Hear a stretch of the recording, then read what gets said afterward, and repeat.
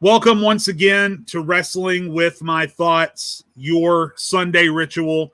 I am your host, Jade Lowe, also known as Infamous Opinionist on TikTok. If you have not followed me on TikTok, head over there now.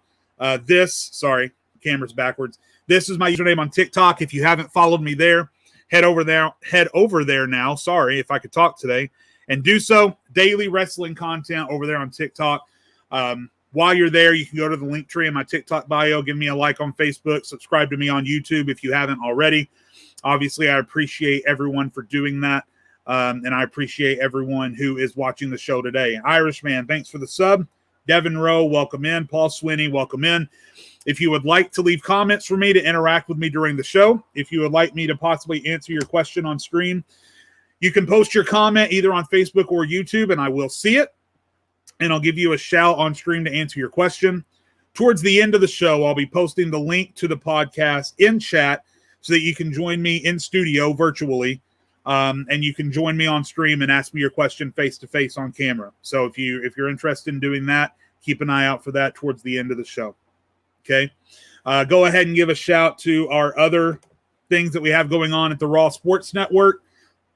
Every Wednesday night at 7 p.m., you can check out Dump and Chase for their hockey previews and reactions. And then every Monday and Wednesday at 6 p.m., you can check out the fantasy scene regarding fantasy football. Both of those shows happen right here on the Raw Sports Network. All right, guys, let's go ahead and get started. Now, the first thing that I want to do today before we get into the wrestling action, which we absolutely will do, let's go ahead and talk about the real reason that we're celebrating today, and that is Mother's Day. I want everyone to go ahead and give me a comment. Let me know who your mother is and what your favorite thing about her is. If you have a mother that you love and adore and respect in your life, show her some love and respect in the comments, and I'll shout those out. I want to go ahead and shout out the two most important mothers in my life. Number one, my fiance, Shayna. That's her with my son, Joshua. Shayna puts up with a lot for me, especially over the past 6 months or so, since I started blowing up on wrestling TikTok and making videos and doing this podcast and stuff like that. She puts up with a lot. She supports me. And I love her very, very much. She is an amazing mother to my son, Joshua. I could not ask for more than the things that she does for us on a daily basis. Most important thing in the world to me next to my son. And I love her very much. Also, my mother, Diamond, there she is with all her boys. This was taken several years ago, so Joshua looks a little bit younger in this picture. That's me with my two brothers. The one on the end in the grand red shirt there is my brother Casey, who passed away 4 months ago. We miss him a lot around times like this throughout the year. But my mom didn't give up. She still loves me. She still loves my youngest brother.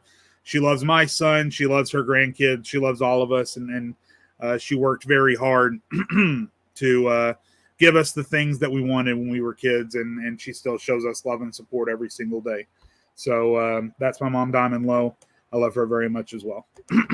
Again, go ahead and shout out your mom in the comments. I'd be happy to go ahead and give you a shout and your mom a shout. All right, guys. Let's go ahead and talk. Let's talk some wrestling. The big thing that happened this week. Blood and Guts. Let's go ahead and talk about Blood and Guts. Now, there were some pre-show matches that occurred for Blood and Guts. We had Cody versus QT Marshall. That match was just, it was all right. I mean, I'm not a huge fan of Cody, but I'll never say he's a terrible wrestler. He's a good wrestler. QT Marshall is a good wrestler. I'm just not invested in the story because I wish they would put QT Marshall on the mic a little bit more. I'd like to hear more about why he did what he did and started the factory. We also had a squash match with Britt Baker. That match was just kind of okay. We had a tag team match with Kenny Omega and Michael Nakazawa versus John Moxley and Eddie Kingston. Again, the match wasn't so much about the match. It was more about the stuff that happened after the match, continuing that story. So I can always appreciate a story being continued, but the match was just kind of okay. We had SCU become the number one contenders for the tag team titles. I don't see them winning those titles. I think SCU is about to break up because I think they're going to lose to the Young Bucks, but that match was okay as well. But let's talk about Blood and Guts. And I'll take this picture off in a minute so you guys can see my beautiful bearded face. But I want to go ahead and talk about this image right here. This image was the coolest image of the entire show. The fact that AEW thought enough to put the Pinnacle in matching gear, to put the Inner Circle in matching gear, get all of them in the ring, get this big, wide, sprawling shot of the cage. This was the image of the night to me. And that's why I chose to have this image up here. A lot of good things happened with that Blood and Guts match. Now, there are things that people didn't like, and I totally get that. Biggest thing that people didn't like was the ending. Now, I can understand if you have a problem with the way that it was executed, and I'll talk about that in a minute. What I don't get are people who don't like it from a booking or from a story perspective. I think that the way that match ended fit MJF, and by extension the Pinnacle, to a fucking T. I loved that MJF was so desperate in this match. He saw his team being backed against a corner. So he knocked Jericho out.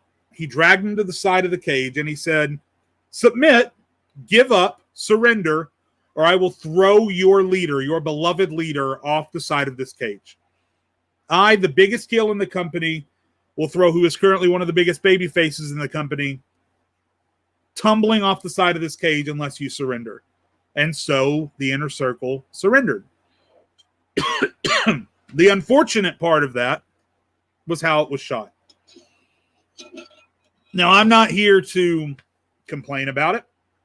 I'm not here to gripe or bitch about it.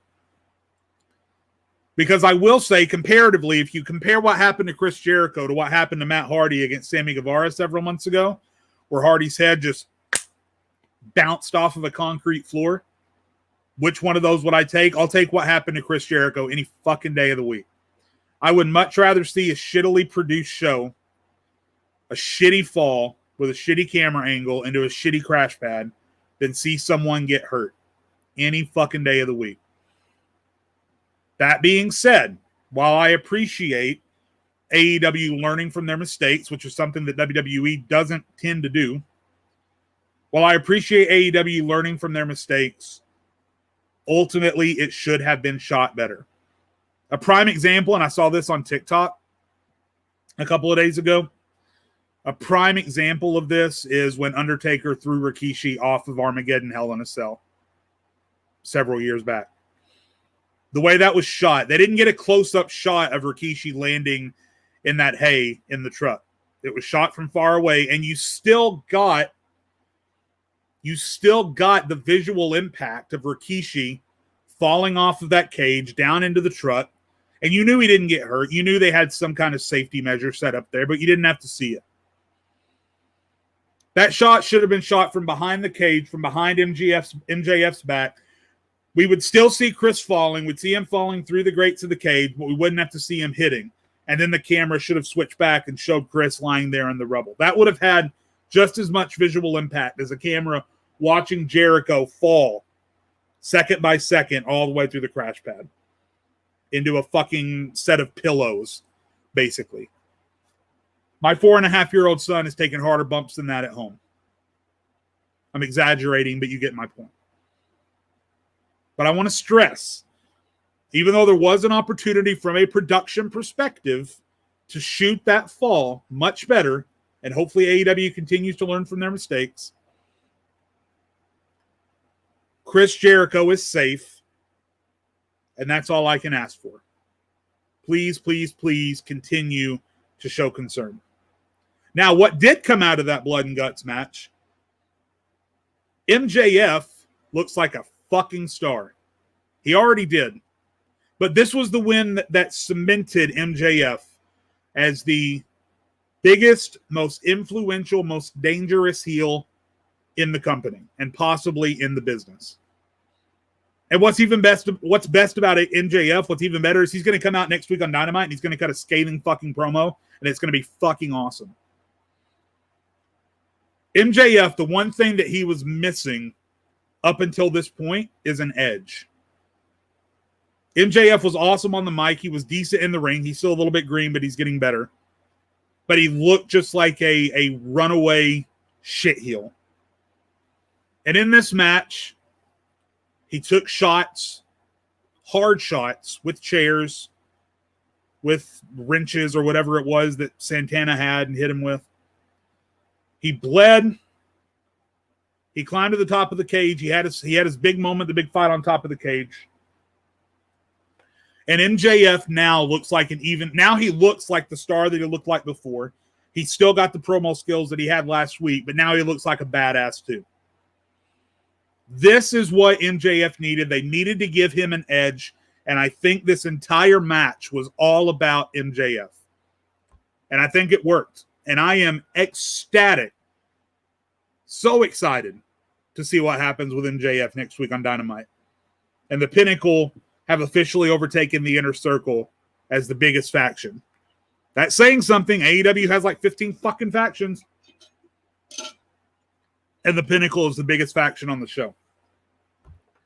One other thing that came out of this is we learned that I believe next week on Dynamite, I may be wrong, correct me if I'm wrong, but I believe it's next week on Dynamite, we are going to once again get Pac versus Orange Cassidy. This match, when it happened at Revolution last year, was awesome. This was back when Orange Cassidy wasn't really showing still that he had a try-hard mode. This was before he really showed his try-hard mode in AEW. Obviously, he had shown it on the indies and all that stuff. But on AEW television, he had not really shown his try-hard mode until he got this match with Pac. They heated the crowd up in the perfect way to begin the match. Pac kicked his ass for a little bit. Orange Cassidy went to try-hard mode, and the crowd was electric by the end of it. And now we're going to get that same match, but except this time Orange Cassidy is going to be in try-hard mode for the whole match. Now, I think Pac is going to win. They teased that it might be Kenny Omega versus Orange Cassidy at Blood and Guts. They had a little promo segment, which was great. But I really don't think Orange Cassidy is going to win this. I think Pac will. They may surprise me. I mean, maybe Orange Cassidy does pull out the win. Now, he won't beat Kenny Omega. I don't think anybody's kidding. I think Roman Reigns and Kenny Omega and really Bobby Lashley, I think right now, collectively, they are the safest three champions I've ever seen going at one time. I don't think Bobby, Roman, or Kenny are losing their world championships anytime soon. Now, Kenny with the Impact or AAA, whatever, that something may happen to those. But the AEW World Championship, I think, is safer than it's been on anybody so far. So Orange Cassidy versus Pac is going to be excellent. It's going to be very good. We may see some interference by Death Triangle and Best Friends, including Trent, which is fucking hilarious, by the way, that Trent is announced with a fucking question mark. Trent? Upward inflection. Introducing Trent. It doesn't make any fucking sense, but it's that kind of marky shit in AEW that we all just love to fucking soak ourselves in. So fucking awesome. So yeah, I'm looking forward to that match next week. I think AEW is going to be really good. Also, we get the big Moxley versus is it Nakata? I'm sorry, again, I'm not super familiar, but even though I'm not super familiar with Nakata's work, the fact that we're getting an IWGP US Heavyweight Championship match on fucking American television on Dynamite makes me giddy as a fucking schoolgirl. I cannot wait for this match. I think Moxley's going to win. I don't think AEW would have their own guy lose to a New Japan wrestler, as great as he may be and as respected as he may be. I don't think that New Japan would have this change happen on AEW, so I think Moxley's going to win. But my God, Dynamite is going to be so fucking good next week. And Dynamite is beating NXT senseless with the quality of show. Even though they're not directly competing, I still kind of see them as brother-sister shows competing. AEW, so far and away, is beating NXT senseless. And we'll talk more about NXT in a minute. For now, before I move on, and I'm going to review the comments for questions and comments in a minute, I'm going to go ahead and stop TikTok. David Price, I'm doing well. For anyone currently watching TikTok, and it's a small audience there, for anyone currently watching TikTok, if you want to finish my podcast, go to the link tree in my bio, subscribe on YouTube or like me on Facebook. And this podcast will be live for another 45 minutes or so on Facebook and YouTube. Head over there and check it out. TikTok is out. There we go. All right. So before we move on and talk about anything else, let me look at the comments real quick.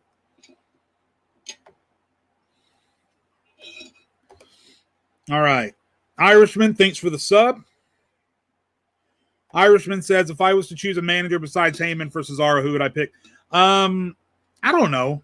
Heyman would probably be the best choice, but obviously he's wrapped up with Roman Reigns right now. WWE is so short on managers right now that I can't really say. I'd have to think about that one a little bit. James, I appreciate your comment. You're loved and appreciated, man. Thank you so much. Irishman says, I'm from Ireland, so no Mother's Day here, but I love and respect my mother every day anyways. That's great, man. You should. Evil God says, her name's Teresa. I'm presuming you're talking about your mom. I'm autistic and have OCD, and she's been by my side since the day I was born. She raised me, and my sister's by herself. That's awesome, Evil. That's amazing. Thank you for that shout. That's amazing. Shawyer says, their blood and guts setup looks bigger than the War Game setup. I think it was. John says, anyone who wants to see people hurt aren't fans. That's true, John. I haven't seen anyone who specifically says they want to see people get hurt, but I have seen people who say that they should risk people getting hurt for the sake of entertainment, and I just don't believe that. Who do I see beating those champions in the future? I'll talk about SmackDown in a minute. Kenny Omega, I think eventually it's going to be Hangman Page. I think Hangman will eventually be the one to beat Kenny Omega. Bobby Lashley, it's so hard to say. It's so hard to say. Random person says, what's up? And I say, what's up right back. Scott Elliott says, all the way from Scotland, love all things wrestling. Hey, thanks, Scott. I appreciate you, man. I have a lot of fans in the UK. And when I say a lot, probably not that many, but seems like every day I get a new person say they're from Ireland or Scotland or some other part of the UK. And that's so fucking awesome that I have people that watch my stuff from all the way over there. It's so fucking cool. Thank you guys so much. So now, let's talk about NXT. And really, I'm only going to spend a minute on NXT because there's not a whole lot going on NXT that I'm just overly excited about. I love that Karrion Kross got his title back. Looks like they're leaning towards a four-way with O'Reilly and Cole and Balor, which is going to be great. Hey, Amanda, welcome in. You're good. We only talked about AEW. We got a lot more stuff to talk about. So that Fatal 4-Way is going to be good. I love the way won the Women's Tag Team Championships, but I've made my opinion known on TikTok how worthless I think those titles are. We'll see what happens. Maybe they'll book them up and make them look better. I don't know. I really don't know. But the Way has 3 belts right now, so they have almost all the gold. The only thing about the Way, I love Johnny Gargano as a heel.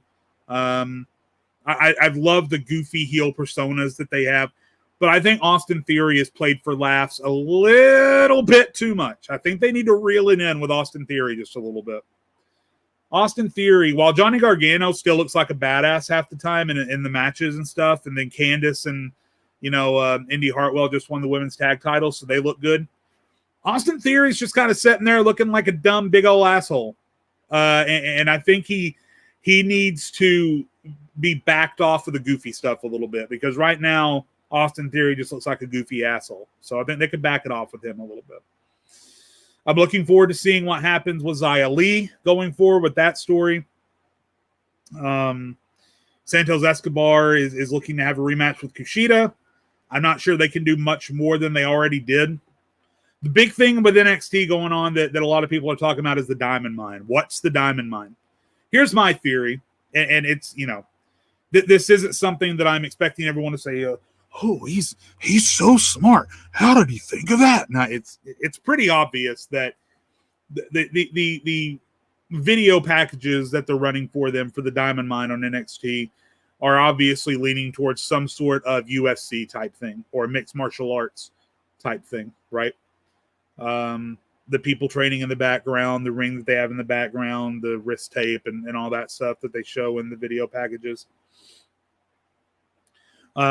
They're obviously leading towards some sort of UFC thing, which kind of makes me think that it may have something to do with Marina Shafir and Jessamine Duke.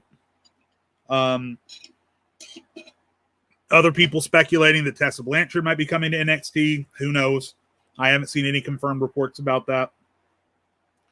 I think Roddy Strong might be a part of it. He handed in his resignation to NXT, and they made a big deal of showing that happening on camera. So it's obviously playing into a story. So maybe Roddy Strong, him and Marina Shafir are married in real life, and they've been calling that out on NXT TV the last few weeks. So maybe it'll have something to do with Roddy Strong as well, since he's kind of a strong style wrestler, but we'll see. That they're probably going to run vignettes on it for a couple of more weeks. So we'll see what happens. And in the NXT women's division, I don't know. Mercedes Martinez versus Raquel Gonzalez. I need to see a little bit more from Raquel. I know, and Mercedes, I'm happy for Mercedes Martinez because she got so close to being wrapped up in all that Retribution bullshit. If you guys remember, originally, the on-screen members of Retribution, there were 5. There was Slapjack, T-Bar, Mace, Reckoning, which was Mia Yim, and then Mercedes Martinez, whose name I can't even remember in Retribution.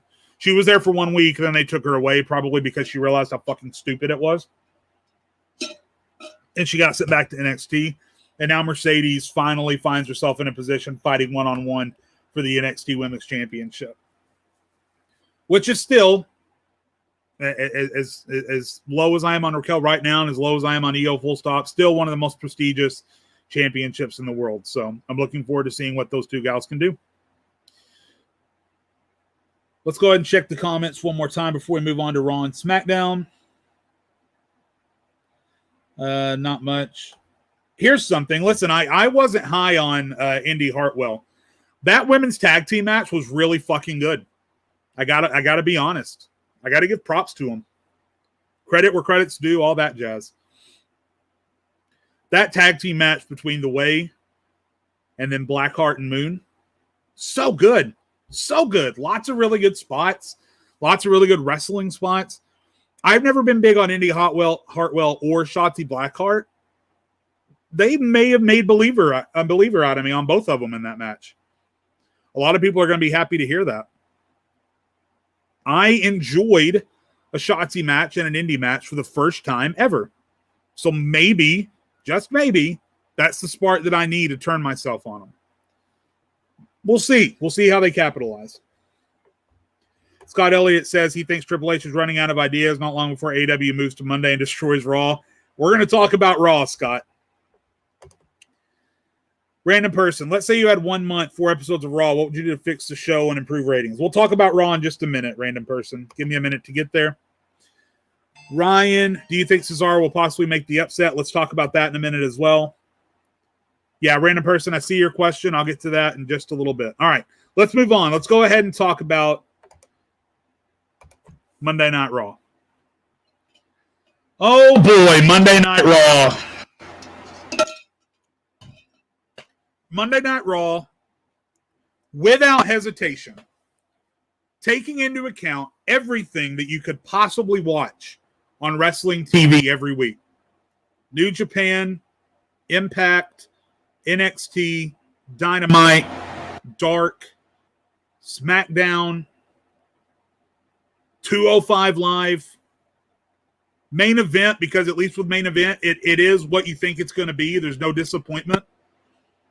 Raw, without a doubt in my mind and without a moment's hesitation, out of all of those shows, is the worst produced show on the market right now.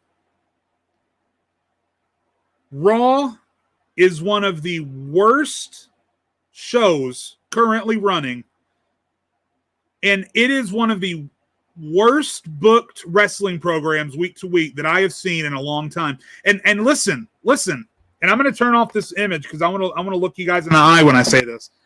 I lived through the Raw SmackDown Super Show era. For those of you that don't remember the Raw SmackDown Super Show era, Raw and SmackDown went through this awkward phase where they weren't sure if Raw and SmackDown had 2 separate rosters. They were just jumping back and forth willy-nilly. And eventually Vince McMahon said, you know what? Fuck it. I'm just going to start using SmackDown guys on Raw. So they put a little SmackDown colored Super Show label under Raw. And it was called the Raw SmackDown Super Show for a couple of years, I think. And Raw from week to week was pretty good. SmackDown from week to week, from the years of like 2011 all the way up until about 2015 or so, SmackDown was god-awful. SmackDown had no important stories going on because the thing is, all of the big wrestlers on SmackDown could appear on Raw, but none of the big wrestlers on Raw ever appeared on SmackDown. They never did anything big on SmackDown. You would never see Dolph cash in on the World Heavyweight Champion, Alberto Del Rio, on SmackDown, even though that belt was technically a SmackDown belt at that time in 2013. He cashed in on Raw, the Raw after WrestleMania. SmackDown wasn't just a B show, wasn't just a C show, wasn't just a D show. It was an afterthought. SmackDown was an afterthought. And Raw right now is worse than SmackDown during the Super Show era. Far and away worse. And I'll tell you why. Because at least during the Super Show era with SmackDown, once you got a feel for what was going on and once you kind of got an understanding of how Vince was managing the roster, at least you expected SmackDown to be bad. If you tuned in every Friday and heard Green Day sing, "Na na na the enemy, to know the enemy, to ba the enemy," oh, you knew you were in for a shitty time because SmackDown was going to be god-awful, give or take a few matches here and there. There's no excuse for it right now. No fucking excuse. Raw has all of these fucking stars on their show. Drew McIntyre made himself into a star in 2020. Bobby Lashley is a star. If you don't agree, we're just going to have to agree to disagree. He's a fucking star. Randy Orton is a star. Charlotte and Asuka are stars. Rhea Ripley could be a star, but guess what? Your Raw Women's Champion is a fucking afterthought. Because we get 3 fucking segments with Charlotte Flair. We get 3 fucking segments with Nia Jax and Lana. And your Raw Women's Champion is strolling out there and doing a 30-second promo and then disappearing to the fucking back.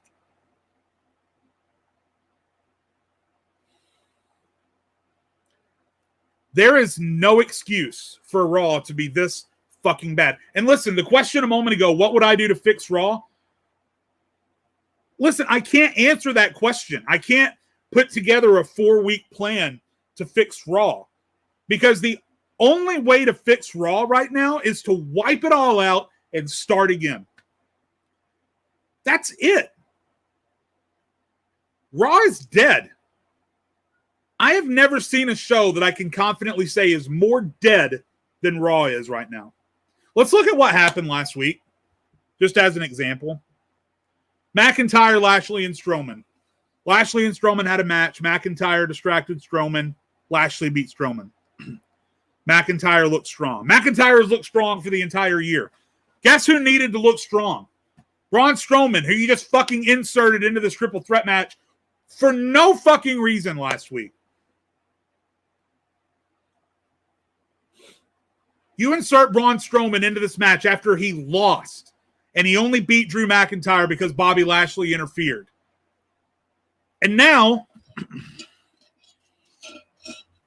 you expect me to watch this program and buy into Braun Strowman as a credible threat to Bobby Lashley's championship reign when he lost his opportunity to be in this match, and then you booked him to only be in this match because Bobby Lashley helped him. And then the second that you have a chance to actually make him look like a credible threat, you make him look like a goddamn goofball. Why should I give a fuck about this triple threat match for the WWE Championship? What reason? I don't fucking care. Strowman's not a credible threat. We just saw Lashley and McIntyre at WrestleMania. It was a good match, but McIntyre and Lashley both have limited movesets, so we're only going to get the exact same match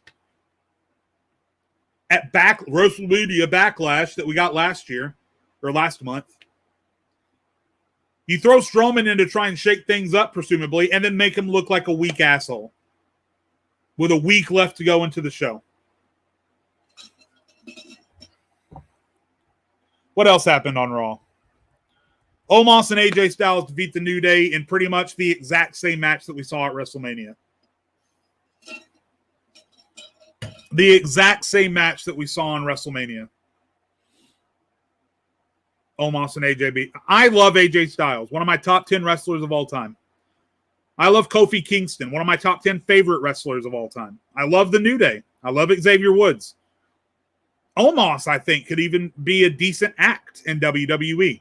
Why did I need to see the same fucking match here that I saw in WrestleMania? Why would you give away this match now that you just had on WrestleMania? And I promise I'm okay, guys. I'm not sick or anything. I'm worked up and my throat's starting to hurt. I apologize. So you finally bring back Omos and AJ after being gone for 3 weeks. They give some sort of bullshit excuse about how they're vacationing. You could have been talking about where they were the past 3 weeks, and you haven't been. And then they just have a throwaway rematch with the New Day and beat them in the exact same manner as they beat the New Day. New Day didn't learn anything. They didn't come up with a strategy to beat Omos. They tried the exact same fucking strategy on Raw as they tried at WrestleMania. And guess what? Didn't work on Mania. Didn't work on Raw. Did the writers for Raw even watch fucking WrestleMania? I'm really starting to wonder. Look at all these fucking squash matches. Charlotte Flair defeated Dana Brooke. Look, I'm not a fan of Dana Brooke.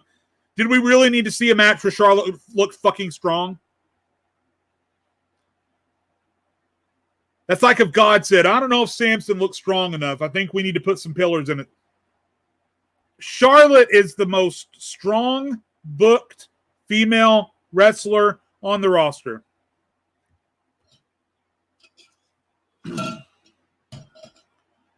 You could book her against anybody right now. And my official prediction would be Charlotte Flair wins because it's WWE and they love Charlotte Flair, and Charlotte Flair is the strongest looking female competitor on the fucking roster.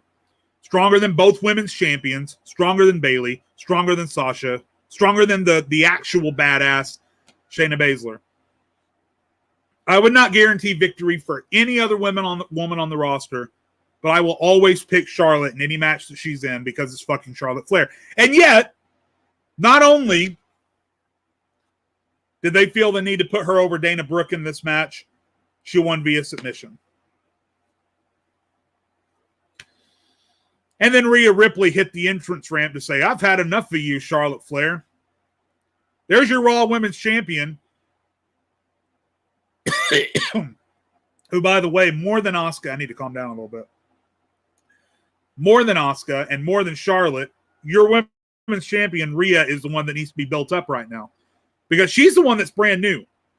She came in and subbed in for Charlotte going into Mania and won the championship, which is great. I love Rhea Ripley.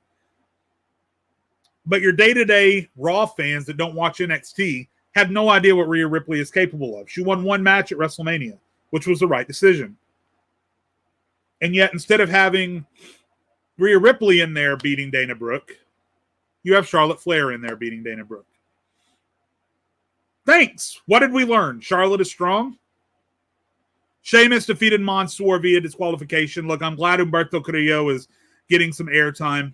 Again, why the fuck should I believe that Humberto Carrillo is a valid threat to Sheamus after he's been spending the past 8 fucking months snacking backstage, dressing like The Rock from 1994, hanging out backstage with the rest of the goobers, Lucha House Party and Ricochet and Drew Gulak and R-Truth and all the 24/7 goobers. And now you expect me to believe after 2 attacks backstage and in the ring that Humberto Carrillo is going to beat Sheamus. Sure. Damian Priest defeated John Morrison. Look, they're obviously leading towards The Miz versus John Morrison, which is going to be great, especially if John Morrison is a babyface, because now The Miz is accidentally costing Morrison championships. That's fine. So I guess I'm okay with that match. I need Damian Priest to be doing something else. Damian Priest looks fine. This could have gone to Drew Gulak. He could have had a random match with Gulak where Gulak gets the win, which he needs right now. Ricochet, who needs a win right now. Didn't have to be Damian Priest. I'm sick of seeing Priest. Lucha House Party defeated Cedric and Shelton, so they look like fucking goobers right now. Don't even get me started on that. Angel Garza defeated Drew Gulak and then kicked a rose up his ass. I'm not making that up. Go look it up. He punt kicked a rose up Drew Gulak's asshole. Go look it up on YouTube if you haven't seen it. Alexa Bliss talked about Lily some more, but listen, I'm going to have to wait and see what else happens with Alexa Bliss. I can't make judgments on it right now. And then once again, Nia Jax and Shayna Baszler beat Lana and Naomi. If I see Jackson Baszler versus Lana and Naomi one more time, I'm going to jump off of a fucking cliff. Raw is repetitive. The stories don't matter. The only fresh things they have going on Raw right now are RK Bro and that's it. It's stale. It's repetitive. It makes no sense. The show is not connected week to week. And as Lord Manic says here, nothing means anything on Raw. Nothing. We're going to talk about SmackDown in a minute and how much I love what's going on SmackDown right now. Thank God, because I need to calm down. SmackDown is far and away 10 times more palatable than Raw right now. So let's stop. And by the way, yeah, Eva fucking Marie is coming back. So fucking what? I don't give a shit about Eva Marie. Don't care at all. Zero. Zilch. If you want to see my thoughts on Eva Marie, go to my TikTok. I made a video about her. Sums up my thoughts on Eva Marie perfectly. Let's check the comments, because I know I was ranting there for a little bit. Evil says, this is why I like you. You don't give a fuck. I really don't. Shawyer says, Raw needs a Thanos snap. I'm game. Irishman says, I think every wrestling fan should stand up and stop watching it for a few months. You know what? I'm thinking about it, Irishman. I'm thinking about not wasting my time with Raw anymore. But I like to keep everyone on my TikTok updated as to what's going on. Because some people would be watching it but can't. So I'll probably keep watching it. Amanda says Braun is in the best shape of his career and they are wasting it. Absolutely. I agree. Frank, you said this in my TikTok. I don't know what a lethal lottery is. Can you explain to me in the comments and I might address that later? John Walmer, you're not the only person who thinks Raw is bad. I think everyone does. Ryan Spitz says RK Bro is not his cup of tea. Totally get that. Who do you think Alexa Bliss is going after? Well, she said that Lily liked red, didn't she? So that sure makes it sound like it's going to be Alexa versus Eva Marie. Unless Becky Lynch is coming back. John Wolmer. Oh, that's you. Sorry. Wrestling Chop Shop. That's Axel. What's up, Axel? Raw is having 2 6-man tag team matches again. Are you fucking serious? I can't do this, y'all. I can't do fucking Raw anymore. My sanity is not worth it. I don't want to see anything else about Raw. I'm taking blood pressure medication, just full on honesty. Raw is not good for my blood pressure medication. So I'm just going to hide here under my hat, and I'm just going to pretend that Raw doesn't exist. God damn it. 1 6-man. Oh, thanks, Axel. Thanks. I appreciate that. Boy, oh boy. Guys, let's talk about something else. Let's talk about SmackDown. Ugh. Guys, SmackDown is such a fucking breath of fresh air. SmackDown is so good right now. There's so much good stuff going on SmackDown. Bayley versus Bianca Belair is going to be so good at Backlash. Personally, I know the Dirty Dogs, Ziggler and Roode, aren't everyone's cup of tea. I fucking love the Dirty Dogs.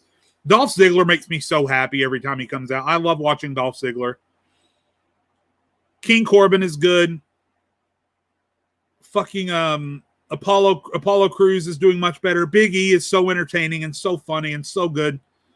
Cesaro is finally getting another push. Let's hope this one sticks. Roman Reigns and his bloodline storyline are amazing. Axel, they utilize the people, and this is a good point, Axel. They utilize people on the roster, and they don't just utilize them; they utilize them in ways that make fucking sense. And John says he liked the throw. The only thing I didn't like about the throwback episode was how they tried to fucking pander to me with that fake 3D fist. Don't give me the fist unless you're actually giving me the fucking fist, which that doesn't sound good. That's on the internet now. My point is, if you're going to do the SmackDown fist, bring it on set and do it. Don't give me this 3D fake looking ass plastic bullshit fist. That pissed me off. Not only did they not have the actual fist, but they insulted my intelligence by having the fake one. Two big things going on SmackDown right now. Both of these were addressed a little bit on the throwback episode of SmackDown. Number one is Daniel Bryan. Listen, no one knows for sure what's going to happen with Daniel Bryan. Obviously, for those of you that don't know, he lost a match to Roman Reigns on SmackDown 2 weeks ago. Costed him his SmackDown career. And then it turned out afterwards, reports came out that Daniel Bryan's WWE contract had actually expired. Here's the thing about it, though. When CM Punk left WWE, when Alberto Del Rio left WWE, when Chris Jericho left WWE, they stopped talking about him on TV. They don't talk about those guys anymore. Daniel Bryan was referenced a lot on SmackDown this past week. He was mentioned a lot on The Bump. He was mentioned a lot on Corey Graves' podcast. Daniel Bryan is still constantly being discussed. I don't think WWE would continue to discuss Daniel Bryan and put his name out there so much if they weren't super confident that he was coming back. I think WWE somehow knows or thinks that Daniel Bryan is coming back. A lot of people say they'd like to see him go to NXT and have some dream matches down there. Maybe add the NXT championship to his belt. Maybe he's the one that eventually dethrones Karrion Kross. I don't think anyone else on the NXT roster currently is in a position to dethrone Karrion Kross. I think Kyle O'Reilly needs a little bit more work solo-wise. I don't think they're going to have another bad guy beat him, so there goes Adam Cole and Pete Dunne. I don't think Finn Balor's just going to immediately win it back. So maybe Karrion Kross goes through a bunch of guys, and then Daniel Bryan goes down there and beats Karrion Kross. He could go to Raw. God knows. Don't get me started again. That Raw could use Daniel Bryan right now, and his level of storytelling, his level of consistency, his match quality. Raw could use everything about Daniel Bryan right now. And I think maybe Vince sees that, and I think Daniel Bryan might be going to Raw. Because, guys, you know that we're not the only ones seeing it. As blind as Vince McMahon might be, and as ignorant as Triple H might be of the problems on Raw, you know who does see it? USA. The USA Network, they see the tweets. They see the hate and the fury and the frustration online. USA sees that people aren't happy. Listen, USA and WWE have had a long-running relationship. But eventually USA is going to say, listen, we've done all this stuff for you. We give you your airtime every week without fail. You always have a spot here on you. You take precedent over everything else. Nothing ever stands in the way of Raw like it used to, like the dog show. You guys remember as kids whenever Raw was supposed to be on, but it wasn't because it was a fucking dog show? You guys remember that shit? How pissed you'd get when you tune in for Raw and the fucking American Kettle Club would be on? You guys remember that? But that doesn't happen anymore. Raw takes precedent over everything else on USA. And USA is going to start noticing. So they're going to have to do things to fix it. And I think Daniel Bryan might be one of those things they can use to try and fix the fucking mess that is Monday Night Raw. So who knows what's going to happen with Daniel Bryan. He could go to AEW. He could go any number of places. We'll see. And the other big thing that's happening on SmackDown is Roman fucking Reigns. Jimmy Uso came back, which I was fucking excited about. Here's the thing about the Roman Reigns story that I love so fucking much is that it stays fresh. And that's something that you don't see almost anywhere else in WWE. Even SmackDown. Once a story gets stale and once it's done, it's just fucking done. You have to get rid of it. Throw the baby out with the bathwater. Especially on Raw, stories don't. With SmackDown, they keep adding these layers. Like Roman came in, he did his thing as the big boss of SmackDown, and then they introduced the Jey Uso angle. They worked through all of that, and then Jey Uso ended up working for him. They went with the Jey Uso angle for a while. They did the Kevin Owens thing. It started to get stale, so then they started to bring in Daniel Bryan. Daniel Bryan rejuvenated the angle a little bit. Roman does his thing with Daniel Bryan for a while. Now we have to figure out something else to do. So now let's bring in Jimmy Uso, and now we have an entirely new story right there in front of us to be told. Now Jimmy is going to have to pick sides. Either Jimmy picks the rest of his family, or he picks Roman. Jay has to pick sides. Either he stays with Roman, who's made him a success, turned him into a main eventer, got him in the Andre the Giant Battle Royal, which he won, or he goes back to his brother. And I think eventually we're going to get to a point where Roman Reigns does destroy Jimmy Uso, and then Roman is going to tell Jay, he's going to hand Jay a chair, and he's going to tell Jay to finish the job. And that moment on free TV on SmackDown is going to be one of the best moments, regardless of where they go with it. Regardless of either Jay turning on Jimmy and pounding him with a chair or turning on Roman, that moment is going to be one of the best moments on free wrestling television that you're going to get this year. AEW, NXT, Raw, that moment when it comes to Jay, take this chair, you know what you have to do, and then the build up to that, and then the eventual outcome of it is going to be one of the best things that you get on free wrestling television, bar none. And this Roman story just keeps getting fresher and fresher and fresher. Every time it gets to a point where it looks like it's coming to the end, they think of something else to do. Just so fucking good. And I don't see what anyone's problem is with the Roman Reigns storyline. So what do I think is going to happen? I think that Jay is going to turn on Roman, and him and his brother are going to go back to being a team. I think we've got a lot of buildup coming to that. But again, regardless of what does happen, that moment where Roman hands Jay the chair, I'm already getting fucking chills just thinking about it. That is going to be a great fucking moment. And I'm so fucking jacked for it. All right, so what I'm going to do now, guys, is I'm going to grab the link to our broadcast room, and I'm going to put this in chat. Boom. If you want to come on the show with me for a couple of minutes and ask me a question, click on that link, have a mic and a camera ready, and you can ask me your question live on the show, and we'll have a brief discussion. I won't keep you on for very long in case there's other people that want to do it. And as I wait to see if anyone takes that bait, let me go ahead and hit up the comments for a minute. Random person says SmackDown or AEW. Right now, I'd take SmackDown, strictly because of the Roman Reigns story. And Bianca Belair and Dolph Ziggler being in championship spots. Oh, yeah, SmackDown for sure. Amanda says, I didn't see how it was really throwback. The only thing they did throwback, Amanda, was the fucking text graphics they did for the interviews and shit. They were just, I don't know if you guys know, Fox did this for everything this weekend. Every NASCAR race they did this weekend was a throwback. It was something that WWE, it wasn't something they wanted to do. It was something Fox wanted them to do, so they didn't put a lot of effort into it.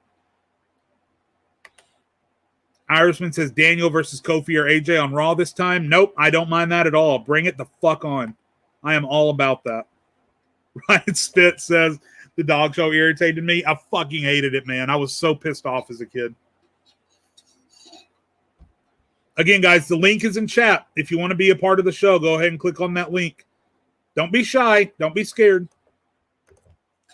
All right, Frank says, Lethal Lottery is they take all the wrestlers and do a tag team tournament. They draw names for their partners, so it could be Sheamus and Roman versus Orton and Jimmy Uso. Then the winners have a 3-ring battle. Okay. I mean, I'd be down for that. That sounds pretty fun.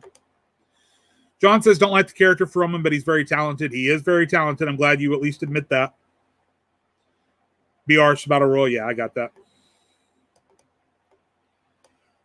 Let's see. Ryan says, I can't wait to see what else they do with Aleister Black. Yeah, I didn't even talk about Aleister Black. Aleister Black's coming back. His promos look really interesting. His vignettes look really interesting. I'm excited to see where they go with it. but I'm not going to cast judgment on it right now. They don't need long-term booking. They need consistent and diverse booking. I agree. And it looks like we might have our first live question. Looks like we have David. David, can you hear me? Yeah. Hey, David, welcome to Wrestling With My Thoughts, sir. What's your question? Who do you think is the better Uso, Jimmy or Jay? Right now, it's Jay. I mean, but you know, Jimmy hasn't been in a position to be booked like Jay has. So, you know, if they do end up doing a one-on-one match between Jimmy and Jay, I'm probably going to pick Jay. I'd love to see what Jimmy can do as a solo act. I just haven't seen it. Jay has pulled it off tremendously. He's played the character very well. He's very believable in what he does. And so right now I'd pick Jay, but I'd like to see what Jimmy can do. Great question, though. Yep. All right. Anything else, David? No, not at this time. All right, man. Thanks for being on. We got Rich waiting, so I'm going to let you go, all right? All right, thank you. All right. Okay, thanks. Next, we got Rich. Rich, can you hear me? Yeah, Jade, what's up, man? Hey, nothing much, Rich. Thanks for watching, man. Yeah, I can hear you, sir. Crystal clear. What you got? Awesome. Hey, you may have talked about this before and I missed it, but what do you think happened with Finn Balor where a couple of years ago he's the champ, you know, the undisputed champion. He's top of the world.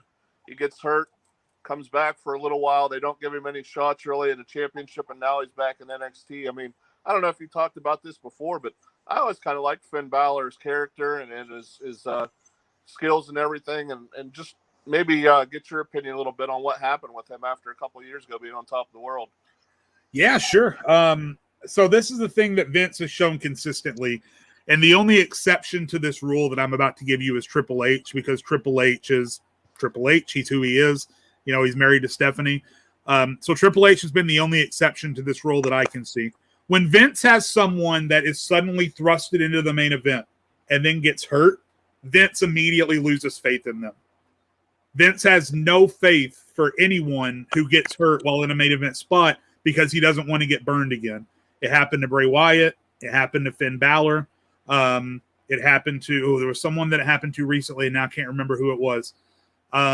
Anyway, unless you're Triple H, if you're thrusted into a main event spot and then immediately get hurt, Vince is going to say, oh, we can't rely on that guy. If he's going to get hurt every time I throw him out there for a big match, just don't send him out there. I'm done with him. Okay.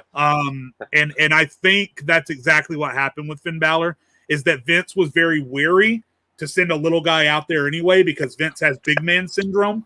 Right. And then when the little guy went out there for a big match and then immediately got hurt, in Vince's head and in Vince's heart, he was validated in his concerns. And he said, see, I told you if we sent that pipsqueak out there, he'd get fucking hurt. And so then he's going to pull him. So, yeah, I think that's what happened. Finn Balor is one of the best wrestlers in the world. I think he was going very well. I think that what happened after with his booking was a shame, where they turned him into this smiley fucking doofy babyface hero. I think his character was perfect when he first got called up, but ultimately he got hurt. And when you get hurt under Vince McMahon as a main eventer, he just loses faith in you. So you see him coming back as any kind of anything in WWE, or you think he's just an NXT for the rest of his career? That is a difficult question. I think he could be used on Raw. I think he would fit in very well on SmackDown. I think if he had been on this SmackDown from the first day, I don't think he would have ever went back to NXT. I think he just fell harm to the Raw booking. So I could see him going to SmackDown, but I think Finn is aware enough of the situation and he's protective enough of his own ego that he sees what's happening on Raw, and I don't think he would allow himself to be sent to Raw. I think if he does go back to the main roster, it'll be SmackDown. Otherwise, he'll be on NXT for the rest of his WWE career. Cool, man. Thank you. Yeah, you're welcome, Rich. Thanks for being on, buddy. Yep. All right, let me go ahead and review chat for any last-minute questions here. And we got about 5 minutes left, so if you're building up the courage and you want to jump on like Rich and David did, feel free. Let's see. Lord Manic says, at least they finally got Roman over. So fucking true. So fucking true. So, guys, next Sunday is Backlash. That means next Sunday's episode will be a special WrestleMania Backlash preview episode, where we will spend almost the entirety of the show discussing Backlash. Again, the show will probably begin about 6 Central Time. I'll be on same time as always, 3 Central Time, so several hours before the show. Make sure you join me for that. Looks like Lord Manx has joined us. Let me bring him on. How's it going? Hey, sir. What do you want me to call you, by the way? Just Lord or Lord Manx? Manx. Fine, you can call me Wyatt either way. All right, Wyatt. What can I do? What can I do for you, man? Just just the general state of WWE on the main roster is just tragic right now. They have so many inconsistent problems with character, storytelling, and putting the wrong people over at the wrong time. It's just very frustrating to watch in general. It's hard to keep up with and have any type of attention span for it. They tend to overbook people instead of using the 200 plus people that are sitting in the back waiting for a chance to show what they can do. Yep. And I find that very, very irritating, very frustrating, and disappointing, because those talents have worked their ass off to get to where they are, and Vince doesn't have time for them. At a 3-hour show, I see 3 matches, and it's the same 2 matches half the time. Yep. It's just disappointing. They have so much potential, and they're just not using any of it. So I agree with you. I think this past Monday on Raw was an especially obvious example of that. They have a 3-hour show, and at least Garza versus Gulak made it on, but they couldn't get out of the match without Garza kicking a rose up Gulak's ass. Yeah, it has to be something stupid, even when they have a great match. Yeah. Like Nia Jax's hole was a storyline for a month. Yeah, it was. Like, who thinks that's funny other than a 12-year-old kid? And I don't know a lot of 12-year-old kids that have the attention span for wrestling anymore, because it's too stupid. Vince, and this is the thing. This is something I haven't talked about ad nauseum. We're running out of time, so I have to talk about it more on another episode. But very briefly, Vince is still stuck in the 80s when wrestling was being booked for children. And a lot of people say he's booked in the 80s, but specifically it's about he is still trying to book wrestling for children. What with, like, just a couple of years ago, the Usos putting itch powder in FTR's pants, and then Nia Jax's hole, and then the rose going up his ass, and Drake Maverick pissing his pants. Exactly. Moxley wearing the gas mask. He's still booking it like he's booking for kids, which is crazy, because it almost feels to me like Vince is having nothing to do with SmackDown, because SmackDown feels like such a different show. So I just wonder why that level of negative booking is drifting over. But I've also noticed that they've gone into a lot of familiar patterns since Bruce Pritchard has taken back over. They're doing a lot of the same dumb crap they were doing during the Ruthless Aggression era. They're doing the same crap they were doing in the Attitude era, going all the way back to the New Generation. Like, it's the same dumb spots and gimmicks. Like, he's just digging stuff out of his old journal and throwing it out there and hoping it sticks. So the booking itself is just out of touch with what people want to see now. AEW is there, but their problem is that they're so focused on super kicking each other, leg slapping, and dives, that they don't focus on telling a story half time. As good as the wrestling is, the storytelling lacks heavily. Yeah. And how that's on the wrestlers, because they're indie wrestlers. They're not used to telling a story. Yeah. And I'll let you out of here with this. I'm going to have to hop off. But the one thing that I do respect about AEW is they know who they're booking for. Yeah. They're booking for the internet marks. They know who they're booking for, and they do a great job of booking for them. But eventually, if Tony Khan is the businessman that everyone says he is, and he wants to expand AEW, they're going to have to expand their thinking and stop looking just for the marks. But I think right now, AEW is in a good place. I think they're right where they need to be. And a couple years down the road, we'll see if they expand their thinking. I think Impact has improved a lot in the last 6 months too. Yeah, they've dug themselves out of the hole, and now they just need to rebuild some stars. Yep, I agree. Hey, Wyatt, thanks for jumping on, man. Great discussion. No I hope to have you back on another episode. All right. Yeah, definitely. Cool. Thanks. All right, guys. That's about all the time I have for today. I want to go ahead and shout out the other shows that Raw Sports Network has available. Again, if you're into hockey, the Dump and Chase Show every Wednesday at 7 p.m.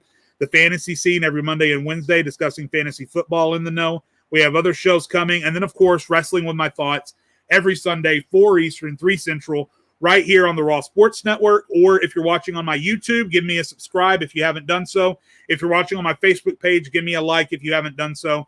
As always, follow me on TikTok at Infamous Opinionist for daily wrestling content. This has been great discussion, guys. Join me next week for the WrestleMania Backlash preview special. Again, I'm your host, Jade Lowe, the Infamous Opinionist, and I will see you guys next Sunday. Have a great week. Enjoy the wrestling, guys. Bye.